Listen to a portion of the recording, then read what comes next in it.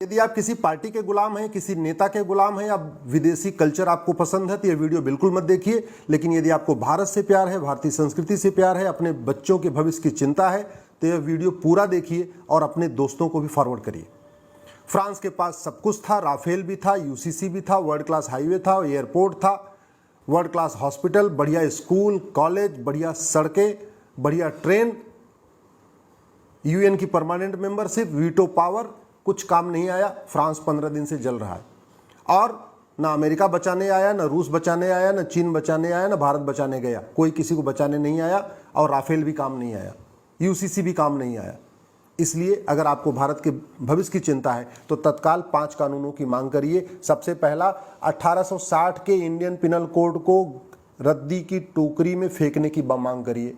1860 का Indian penal code खत्म किया जाए। ये महाघटिया कानून है। इसकी वजह से न भ्रष्टाचार कम हो रहा है, न अपराध कम हो रहा है। हमें क्या करना होगा, ये अमेरिका का फेडरल पिनल कोड है, इसी की तर्ज पे एक one nation one penal code बनाना पड़ेगा। घूसखोरी, जमाखोरी, मिलावटखोरी, कालाबाजारी, नशा तस्करी, मानव तस्करी, सोना तस्करी, चंदन तस्करी, अलगाववाद, कट्टरवाद, माओवाद, नक्सलवाद, धर्मांतरण, घुसपैठ, सब के लिए एक कानून, एक ही किताब हो, एक ही कानून हो, उसी में सब chapter 1, chapter 2, chapter 3, chapter 4, chapter 5 करके सारा इसी में आ जाए। जिससे कि जब ये किताब थाने में रखी जाए तो जो कांस्टेबल हो, थानेदार हो, उसको सब पता हो कि कौन सा अपराध है, कौन सी धारा है। अभी 50 कानून चल रहे हैं, न हवलदार को पता, न थानेदार को पता, न कप्तान को पता, न एसडीएम को पता, और कई बार तो वकील को भी नहीं पता होता, जज को भी नहीं पता होता। तो पहला काम, one nation one penal code.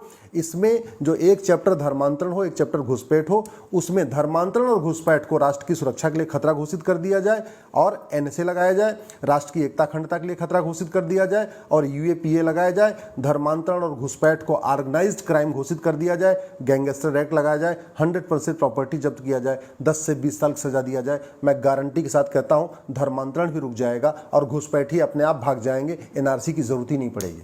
घुसपैठिए इसलिए रुके हुए हैं, उनकी आवभगत हो रही है, उनको मुफ्त में राशन, मुफ्त में मकान, मुफ्त में दुकान मिल रहा है, वजीफा मिल रहा है, इसलिए रुके हुए हैं।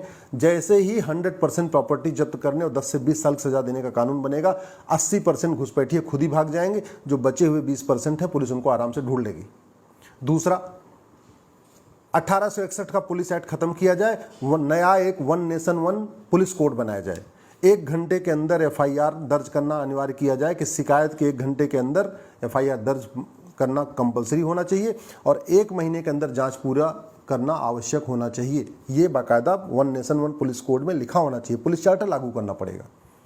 आज की डेट में यूपी की पुलिस अलग तरीके से काम कर रही है, केरल की अलग, बंगाल की अलग, बिहार की अलग, झारखंड की अलग। जैसा जहां पे जिस पार्टी की सरकार है उसी के अकॉर्डिंग पुलिस काम करती है। हमें ऐसा कानून नहीं चाहिए। आज जो पुलिस एक्ट है 1861 का, इसके कारण पुलिस सत्ता की गुलाम बनी हुई है।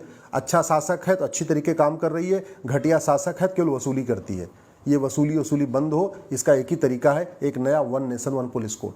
तीसरा, 1872 का एविडेंस एक्ट खत्म करना पड़ेगा। जो एग्जिस्टिंग जुडिशियल सिस्टम है इसको खत्म करना पड़ेगा। एक नया one nation one judicial code बनाना पड़ेगा। आज की डेट में आपने देखा ही, याकूब मेनन के लिए रात में सुप्रीम कोर्ट खुलती है, तीसरा सीतलवाड़ के लिए रात में सुप्रीम कोर्ट खुलती है। मैं कह रहा हूं कि बुरा नहीं है, खुलना चाहिए सुप्रीम कोर्ट को, लेकिन ये केवल तीसरा सीतलवाड़ के लिए और याकूब मेनन के लिए क्यों? आम जनता के लिए क्यों नहीं? किसान के लिए क्यों नहीं? मजदूर के लिए क्यों नहीं? मिडिल क्लास के लिए क्यों नहीं? बिजनेस व्यापारी करने के लिए क्यों नहीं? ईमानदारी से काम करने वालों के लिए क्यों नहीं? केवल माफियाओं के लिए रात में खुल रही है, आतंकवादियों के लिए खुल रही है, देश विरोधियों के लिए खुल रही है। ये तभी बंद हो सकता है जब one nation one judicial charter लागू हो। जब तक एग्जिस्टिंग जुडिशियल सिस्टम रहेगा, जो ब्रिटिश जुडिशियल सिस्टम है, तब तक जज अपनी मनमानी करते रहेंगे। उनकी मनमानी पे तभी रोक लगेगी जब एक जुडिशियल चार्टर लागू होगा, one nation one judicial code लागू होगा। चौथा जो सबसे इंपॉर्टेंट है कि भारत में आज भी देश विरोधी बातें स्कूलों में सिखाई जा रही हैं, नफरत सिखाई जा रही हैं। ऐसी किताब चल रही है जो एकदम संविधान के प्रियम्बल के खिलाफ है। संविधान के प्रियम्बल में 6 शब्द हैं, equality, justice, liberty, fraternity, unity.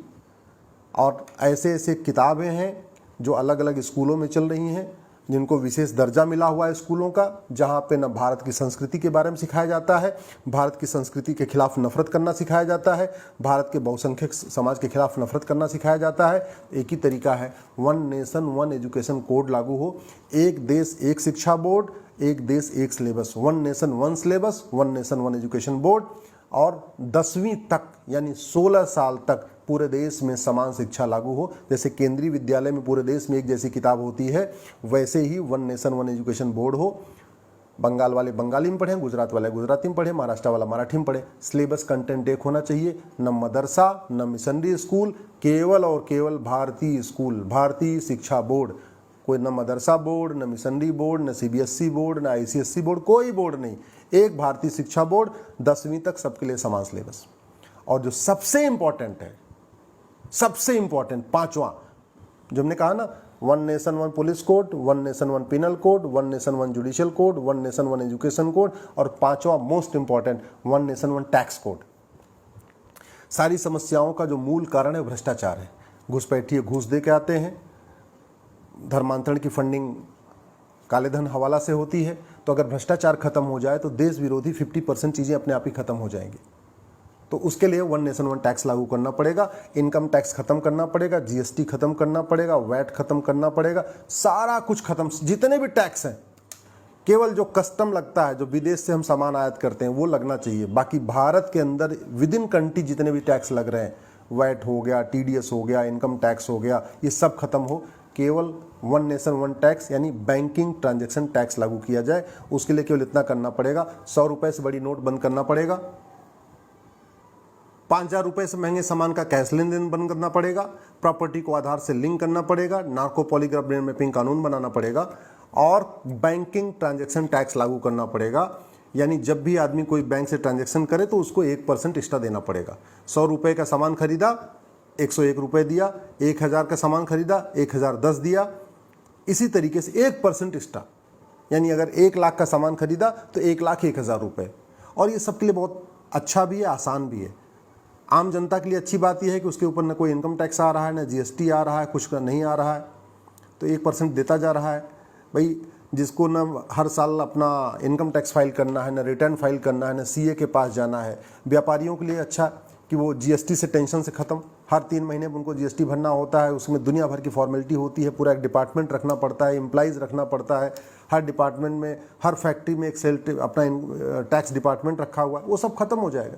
जब जब व्यापारी बिजनेसमैन कहीं किसी को पैसा देगा, एक बैंक थ्रू जो है बैंक देगा, या through ATM, Paytm, Bhim, UPI, debit card देगा, 1% एक्स्ट्रा देता जाएगा। सरकार के पास ज़्यादा इनकम होगी और आम जनता को बहुत लाभ होगा। और जो सबसे बड़ी बात, ये भ्रष्टाचार खत्म हो जाएगा। कुछ लोग सोच रहे होंगे कि ये बैंकिंग ट्रांजैक्शन गरीब आदिवासी कैसे करेगा। 48 करोड़ जनधन खाता खुला हुआ है, जनधन खाता केवल गरीबों का होता है। वैसे ये बैंकिंग ट्रांजैक्शन टैक्स उन्हीं पे लागू होगा जो ज़्यादा महंगा सामान खरीदेंगे। भाई 5,000 रुपये तक का जो सामान है वो तो कैश में खरीद सकते हैं, जिसकी एमआरपी 5,000 से ज़्यादा होगी। जैसे अगर रेल टिकट खरीदा 5,000 से महंगा, एयर टिकट खरीदा 5,000 से महंगा, कोई ऐसा सामान खरीदा जिसकी एमआरपी 5,000 से है, अगर 4,000 रुपये का शर्ट है तो कैश में खरीद सकते हैं। अगर 5,000 रुपये से महंगा शर्ट है तो उसको आपको ऑनलाइन देना है। तो गरीब आदमी तो वैसे ही बेचारा वो न आईफोन खरीदता है, न स्कूटर खरीदता है, न कार खरीदता है, मोबाइल खरीदता है। और वैसे भी भारत में 225 करोड़ खाते हैं इस समय टोटल, 130 करोड़ तो आधार बन चुका है। गरीब से गरीब आदमी बैंक से जुड़ा हुआ है। किसान सम्मान निधि जो आती है वो गरीबों को आती है। इसका मतलब आदिवासी, ट्राइबल, सब आदमी, हिंदू, मुस्लिम, सिख, ईसाई सब बैंक से जुड़ गया है। तो आज की डेट में बैंकिंग ट्रांजैक्शन टैक्स लागू करना बहुत संभव है। ये वन नेशन वन टैक्स लागू करते ही, यानी बीटीटी लागू करते ही, मैं गारंटी के साथ कहता हूँ माओवाद खत्म हो जाएगा, नक्सलवाद खत्म हो जाएगा। बीटीटी लागू करते ही जो मणिपुर जल रहा है, ये पूर्वोत्तर का अलगाववाद खत्म हो जाएगा। बीटीटी लागू करते ही जो कश्मीर में अलगाववादियों की फंडिंग हो रही पूरी खत्म हो जाएगी। बीटीटी लागू करते ही जो मिशनरियों की बहुत बड़ी मात्रा में फंडिंग होती है काला धन और हवाला एफसीआरए के जरिए, उस पर रोक लग जाएगा। तो बीटीटी से धर्मांतरण भी रुकेगा, भ्रष्टाचार भी रुकेगा, थाने की दलाली रुकेगी, तहसील की दलाली रुकेगी, कोर्ट में जो न्याय बिक रहा है वो बंद हो जाएगा। जो घूस लेके जज किसी को जमानत देते हैं वो सारा सिस्टम खत्म हो जाएगा। क्योंकि पैसा लेंगे तो खर्च ही नहीं कर पाएंगे, जब खर्च नहीं कर पाएंगे तो पैसा लेंगे क्यों। बीटीटी ऐसा बढ़िया सिस्टम है कि इसमें पहली बात तो आदमी कैश ले ही नहीं सकता है, क्योंकि कैश पे बैंक से कैश निकासी पे भी बैन रहेगा। ज़्यादा कैश आप बैंक से निकाल ही नहीं सकते। हर महीने की एक लिमिट होगी, हर महीने बैंक से आप इतना मैक्सिमम पैसा ले सकते हैं। तो ऐसे में 5 कानून सरकार लागू कर दे, 1 nation 1 penal code, 1 nation 1 police code, 1 nation 1 judicial code, 1 nation 1 education code और 1 नेशन 1 टैक्स कोड, ये 5 कानून अगर तत्काल लागू कर दिया गया तो आने वाले टाइम में भारत में फ्रांस जैसी हालत नहीं होगी। नहीं तो याद रखिए, आने वाले 10 साल के बाद वैसे ही भारत जलेगा जैसे फ्रांस जल रहा है। अगर आपको मेरी बात ठीक लग रही हो, इस वीडियो को अधिक से अधिक शेयर करिएगा। अपने अपने क्षेत्र में ऐसे मामलों पे व्याख्यान आयोजित करिए, सेमिनार करिए। अगर मुझे समय मिला तो मैं भी आऊँगा। वीके न्यूज, राष्ट्र के नाम।